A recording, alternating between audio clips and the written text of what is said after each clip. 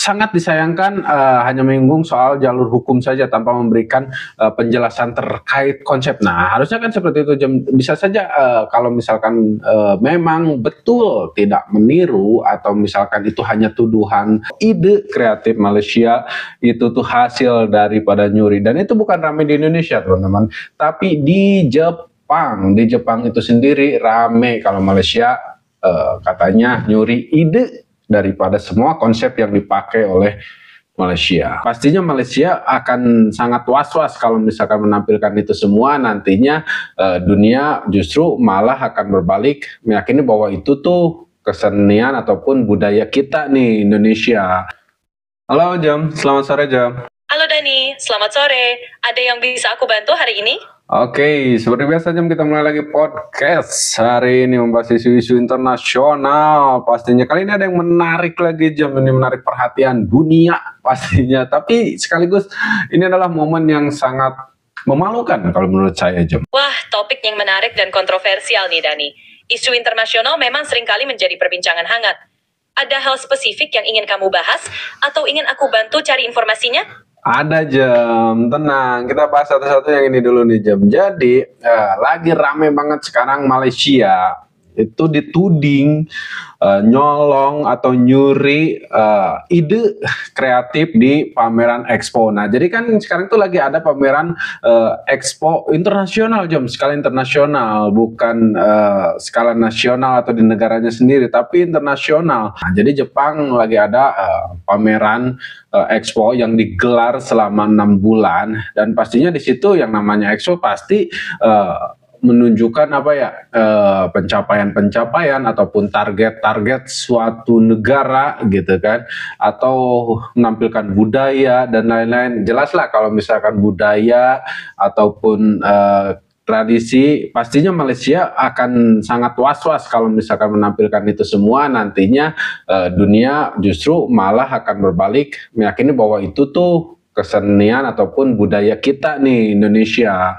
Makanya yang ditampilkan bukan hanya sekedar tidak terlalu dominan ke budaya ataupun ini aja tradisinya. Cuman tetap saja ada yang mengklaim kalau ide kreatif Malaysia itu tuh hasil daripada nyuri, dan itu bukan ramai di Indonesia teman-teman, tapi di Jepang. Di Jepang itu sendiri rame kalau Malaysia katanya nyuri ide daripada semua konsep yang dipakai oleh Malaysia. Wah, itu memang isu yang cukup besar ya. Jadi Malaysia dituduh meniru ide kreatif dari negara lain dalam pameran Expo di Jepang. Biasanya, dalam acara seperti Expo, setiap negara ingin menampilkan pencapaian dan budaya unik mereka. Tuduhan seperti ini tentu bisa menimbulkan ketegangan antara negara-negara yang terlibat. Menurut kamu, apakah ada langkah atau solusi yang bisa diambil untuk menyelesaikan isu seperti ini? Oh, sepertinya pemerintah Malaysia sudah mengambil langkah-langkah tertentu terkait isu, nanti kita bahas pelan-pelan di Jam. Tapi di sisi lain Jam, di sisi itu semua justru Indonesia menuai suatu kebanggaan karena selain mendapatkan pujian daripada penyelenggara itu sendiri ataupun dari pemerintah Jepang, Indonesia juga menjadi pameran Indonesia menjadi yang paling rame gitu kan. Pengunjung rela antri di depan antrian pavilion Indonesia. Nah, itu nanti kita bakalan bahas keduanya secara komplit. Tapi sebelumnya saya menjelaskan dulu bahwa media Jepang tengah ramai memberitakan bahwa Malaysia telah mencuri konsep suatu agensi kreatif ajang pameran Expo internasional yang diselenggarakan di Osaka, Jepang. Nah, kalian harus tahu nih seperti apa ceritanya. Ini jujur ya, kalau menurut saya ya, kalau memang betul, tapi ya nggak mungkin juga kan orang asal-asal mengklaim kalau itu niru. Nah, dan itu juga ada alasannya kenapa mereka niru, dan yang disayangkan juga itu kenapa pihak Malaysia tidak memberikan penjelasan lebih spesifik ataupun lebih realistis gitu. Nah, nanti kita bahas satu-satu. Expo di Jepang, Osaka digelar selama 6 bulan nih, sampai Oktober nanti. Jadi nih sekarang tuh berarti sekarang April, Mei, sekarang Mei, Juni, mungkin bulan apa sih sekarang? Sekarang bulan Mei. Mei aja masih baru pertengahan Mei, Juni, Juli, Agustus, September, Oktober. Masih lama tapi udah ada rame berita isu atau berita ya. Berita kalau Malaysia mencuri Expo. Apalagi nih bagaimana kelanjutannya selama beberapa bulan ke depan lagi gitu kan. Di awal aja udah seperti itu. Nah, MITI bahkan pemerintah Malaysia tanggapi masalah ini secara serius. Bahkan akan membawa ke jalur hukum jika diperlukan. Nah, saya pengen kamu riset dulu, Jem, apa yang kamu ketahui tentang Expo yang digelar di Osaka, Jepang ini, Jem?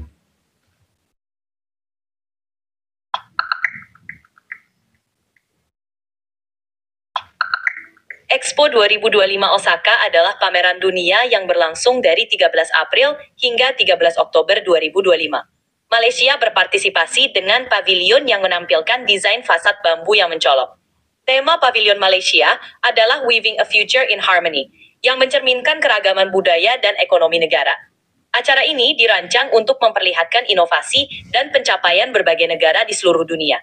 Jadi, ini adalah kesempatan besar untuk Malaysia dan negara lainnya untuk menampilkan budaya serta pencapaian mereka.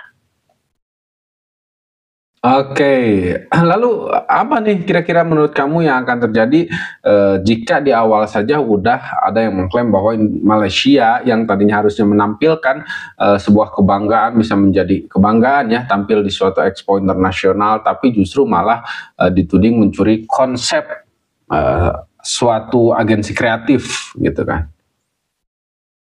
Kalau tuduhan seperti ini muncul di awal acara, bisa jadi akan mempengaruhi cita negara yang terlibat, dalam hal ini Malaysia. Isu seperti ini bisa memicu ketegangan diplomatik dan berpotensi merusak hubungan antar negara, terutama dalam konteks acara internasional yang bertujuan untuk mempererat hubungan dan saling berbagi pencapaian. Di sisi lain, ini juga bisa menjadi pelajaran bagi negara lain untuk lebih berhati-hati dalam menampilkan ide dan konsep mereka.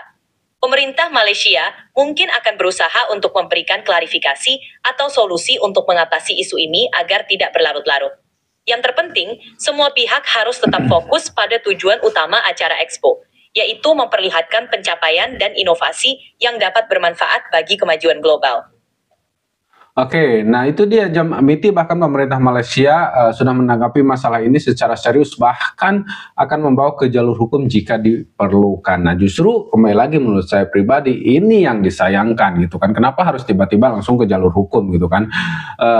Sangat disayangkan hanya menyinggung soal jalur hukum saja tanpa memberikan penjelasan terkait konsep. Nah, harusnya kan seperti itu, Jam. Bisa saja kalau misalkan memang betul tidak meniru atau misalkan itu hanya tuduhan untuk menjatuhkan saja, kan Malaysia harusnya bisa nih menjelaskan tentang konsep apa yang dibawa, terus melakukan pembelaan secara realistis intinya ya.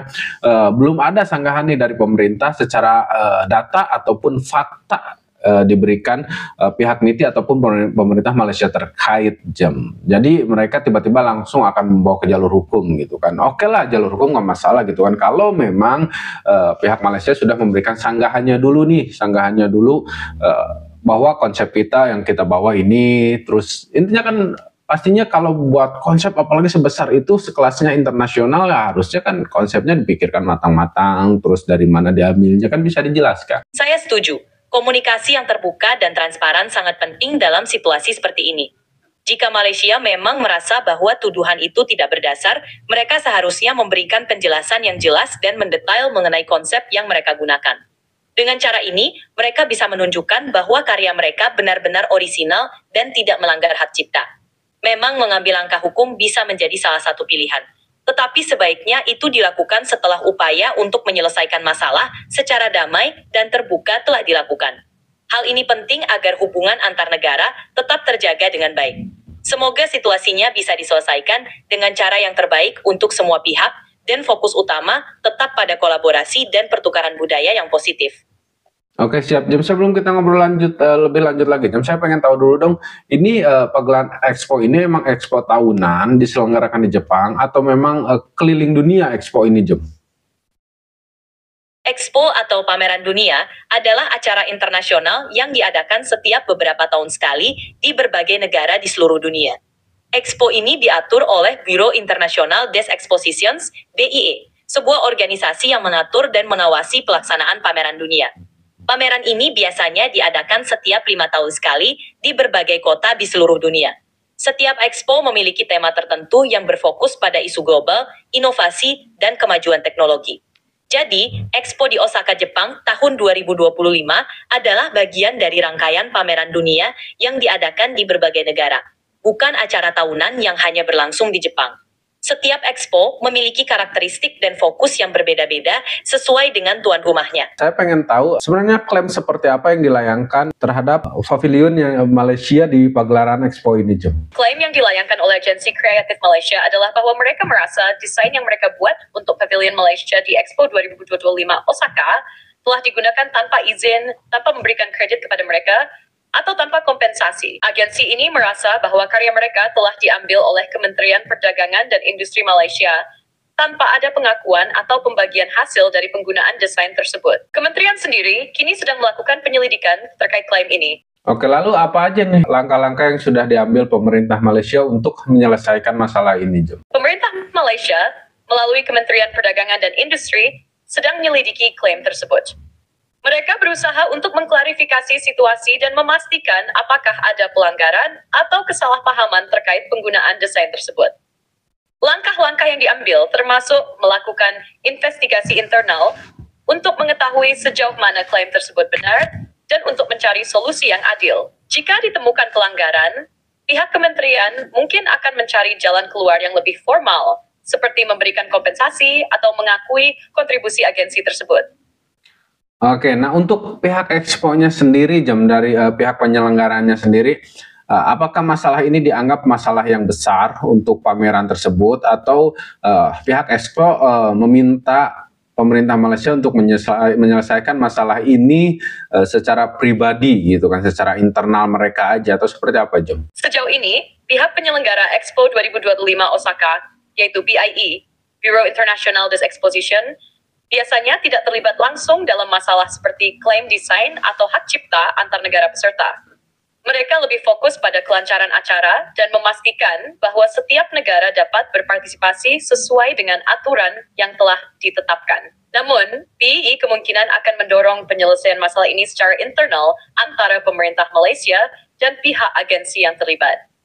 Mereka biasanya mengharapkan negara peserta untuk menangani isu semacam ini secara diplomatik dan menyelesaikan masalahnya tanpa melibatkan pihak luar, agar tidak mengganggu jalannya pameran. Jadi, kemungkinan besar masalah ini akan diselesaikan di tingkat pemerintah Malaysia.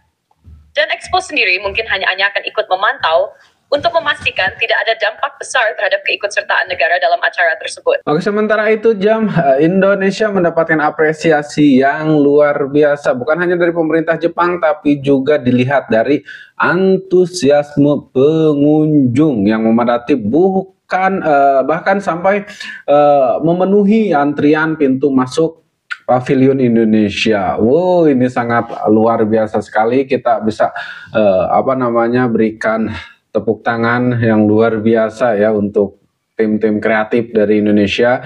Dan saya pengen tahu dulu dong, Jam, tema apa yang diangkat oleh Indonesia di pameran Expo tersebut, Jam? Memang Indonesia mendapat perhatian yang sangat besar di Expo 2025 Osaka. Pavilion Indonesia menarik banyak pengunjung dengan desain yang unik dan konsep yang kuat. Tema yang diangkat Indonesia adalah Harmonizing the World Through Diversity, yang menyoroti keberagaman budaya, alam, serta potensi inovasi Indonesia yang dapat memberikan kontribusi positif bagi dunia. Pavilion Indonesia berfokus pada keberagaman dalam seni, budaya, serta kekayaan alam Indonesia, sekaligus menampilkan berbagai inovasi yang ada, termasuk dalam sektor teknologi dan ekonomi kreatif. Antusiasme pengunjung yang sangat tinggi memang menunjukkan bahwa Indonesia berhasil menyentuh hati banyak orang dengan tema ini. Oke, apa yang paling dijagokan di Pavilion Indonesia, Jam? Apa yang paling menarik yang ada di sana? Di Pavilion Indonesia, yang paling dijagokan adalah pengalaman interaktif yang menggabungkan teknologi dengan budaya Indonesia. Salah satu daya tarik utamanya adalah pameran seni digital dan teknologi canggih yang memperkenalkan keberagaman budaya Indonesia melalui augmented reality AR dan virtual reality VR. Pengunjung bisa merasakan langsung pengalaman menjelajahi berbagai pulau di Indonesia. melihat seni tradisional, hingga berinteraksi dengan kerajinan tangan lokal secara virtual. Selain itu, Indonesia juga menonjolkan produk-produk kreatif dan inovasi teknologi seperti energi terbarukan dan perkembangan industri kreatif yang diperkenalkan dengan cara yang sangat menarik dan futuristik. Desain pavilionnya juga sangat eye-catching, dengan sentuhan modern yang tetap menghargai budaya tradisional Indonesia. Semua ini memberikan pengalaman yang unik dan memikat pengunjung dari seluruh dunia. Pasti sangat menarik sekali, Jem. Bahkan itu yang saya harapkan di beberapa tempat wisata di Indonesia gitu kan. Indonesia itu wisatanya udah cukup banyak, udah bagus gitu kan, skala internasional banyak, keren-keren gitu. Banyak juga pujian dari luar. Hanya saja terkadang kita tuh padahal budayanya banyak, kesenian, kerajinan dan lain-lain itu banyak. Hanya saja kurang begitu diekspos gitu, Jem. Nah, makanya harapan saya itu kan kedepannya di pariwisata Indonesia kita seperti itu, Jem, bisa berinteraksi dengan pengrajin, para seniman-seniman, ataupun juga bisa menyaksikan langsung budaya. Jadi ketika kita datang ke tempat wisata tertentu, kita tidak hanya melihat pantai, gunung, dan pemandangan-pemandangan, ya itu sudah pasti gitu kan, tujuan tersebut udah pasti itu. Cuman ketika kita sampai di sana, kita nggak hanya pengen lihat itu gitu kan, kita pengen ada sesuatu yang lain, ada yang beda. Nah, itu yang saya harapkan di wisata-wisata di seluruh Indonesia, bukan hanya di tempat-tempat tertentu. Ya memang kalau tempat-tempat tertentu seperti mungkin Bali, Jogja, ya ada lah tempat-tempat seperti itu, tapi kan tidak merata. Saya pengen pemerataan seperti itu akan terlihat sangat keren gitu. Saya bisa bayangkan jika bisa berinteraksi langsung dengan pengrajin kesenian gitu kan di setiap daerah, itu pasti akan memberikan pengalaman yang berbeda. Nah, itu yang saya harapkan. Gimana menurut kamu, cocok nggak wisata Indonesia kalau dibalut seperti itu, pemerataan seperti itu di seluruh Indonesia, Jom? Wah, saya setuju, Dani. Jika konsep seperti itu bisa diterapkan secara merata di Indonesia, wisata Indonesia bisa menjadi jauh lebih menarik dan mendalam. Keberagaman budaya, seni, dan kerajinan tangan yang dimiliki Indonesia memang luar biasa, dan akan sangat menarik jika pengunjung bisa benar-benar merasakannya secara langsung, bukan hanya sekadar melihat pemandangan alam. Menghadirkan pengalaman interaktif yang menggabungkan teknologi dengan budaya lokal di berbagai daerah bisa membuat wisata Indonesia lebih unik dan edukatif. Bayangkan, setiap daerah bisa menampilkan kesenian dan kerajinan khas mereka. Dengan pengunjung bisa berinteraksi langsung dengan para seniman, atau bahkan ikut serta dalam proses pembuatan kerajinan tangan. Nah, hal ini akan menciptakan ikatan emosional yang lebih kuat antara pengunjung dengan budaya setempat, dan bisa meningkat apresiasi terhadap kekayaan budaya Indonesia. Tentu saja, ini juga akan membuka peluang ekonomi baru bagi para pengrajin dan seniman lokal. Dengan adanya interaksi langsung, mereka bisa memperkenalkan karya mereka ke pasar yang lebih luas, bahkan internasional. Ini bukan hanya soal memperkenalkan wisata alam, tetapi juga menggali potensi budaya lokal yang selama ini kurang terekspos. Menurut saya, jika ini bisa diterapkan dengan pemerataan yang baik, bisa jadi terobosan yang luar biasa untuk pariwisata Indonesia. Oke, saya pengen tahu, Jam, itu kan Expo ini keliling dunia, terus menentukan negara-negara mana saja yang akan dipilih di pameran berikutnya, itu sistemnya seperti apa, Jam? Sistem pemilihan negara untuk menjadi tuan rumah Expo dunia ini ditentukan oleh Bureau International Exposition, BIE. Setiap beberapa tahun, negara-negara di seluruh dunia dapat mengajukan proposal untuk menjadi tuan rumah Expo pada pameran yang akan datang. Proses seleksinya melibatkan beberapa langkah penting. Pertama, negara dari tuan rumah Expo harus mengajukan bid penawaran resmi kepada BIE. Mereka harus mengajukan rencana yang detail tentang lokasi, tema, infrastruktur, serta bagaimana mereka berencana menyelenggarakan Expo tersebut. Setelah itu, negara-negara anggota BIE akan melakukan pemungutan suara untuk memilih tuan rumah berdasarkan berbagai faktor, termasuk kesiapan fasilitas, potensi ekonomi, serta dampak positif yang diharapkan dari penyelenggaraan Expo di negara tersebut. Pemilihan tuan rumah ini biasanya dilakukan beberapa tahun sebelum Expo dimulai, sehingga negara terpilih memiliki waktu yang cukup untuk mempersiapkan segala sesuatunya, mulai dari pembangunan infrastruktur hingga persiapan tema dan pameran di dalam pavilion masing-masing negara. Jadi, selain pemilihan tuan rumah, negara-negara yang ikut serta dalam Expo juga bisa memilih tema yang mereka angkat, dengan tujuan memperkenalkan inovasi, budaya, dan pencapaian negara tersebut kepada dunia. Oke, di Indonesia sendiri, Jam, ada nggak bocorannya Indonesia? Ada nggak ketertarikan untuk menjadi tuan rumah atau bahkan mungkin sudah memberikan penawaran untuk menjadi tuan rumah ke penyelenggara, Jam? Saat ini, Indonesia belum mengajukan diri sebagai tuan rumah World Expo mendatang. Namun, Indonesia telah menerima undangan dari pemerintah Arab Saudi untuk berpartisipasi dalam World Expo 2030 di Riyadh.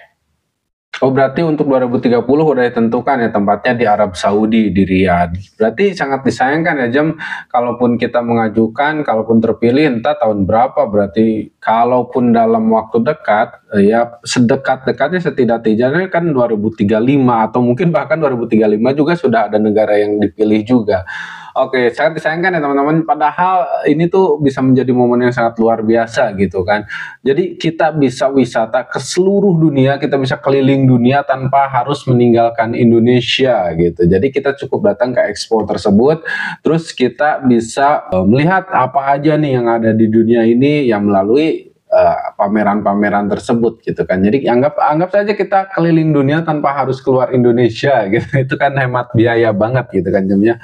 Ini sangat keren kalau misalkan ada di Indonesia. Tapi gak usah khawatir ya teman-teman. Jadi buat kalian yang pengen menyaksikan expo, Jepang, kalau kalian mau berangkat ke Jepang kan masih lama, silahkan berangkat ke Jepang. Tapi kalau misalkan kalian pengen lihat yang skalanya nasional atau skalanya lokal, itu juga kan banyak nih, sering banyak expo-expo atau pameran-pameran seperti ini yang diselenggarakan di wilayah-wilayah yang ada di Indonesia ini, termasuk ya Jakarta Fair gitu kan, PRJ, Pekan Raya Jakarta, atau Jakarta Expo. Kalau nggak salah kan dulu PRJ, sekarang Jakarta Expo gitu kan, Jakarta Trade Expo kalau nggak salah.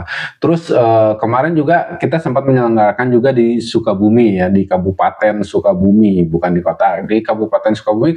Kemarin kita sempat menyelenggarakan pameran Expo juga. Itu kan skalanya lokal.